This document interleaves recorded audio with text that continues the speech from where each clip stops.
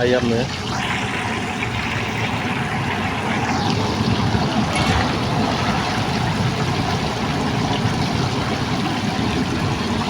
Ayam goreng.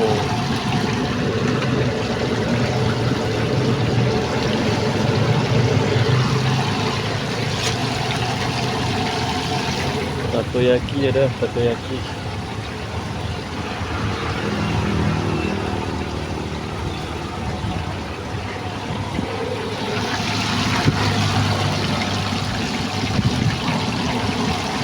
Mari guys.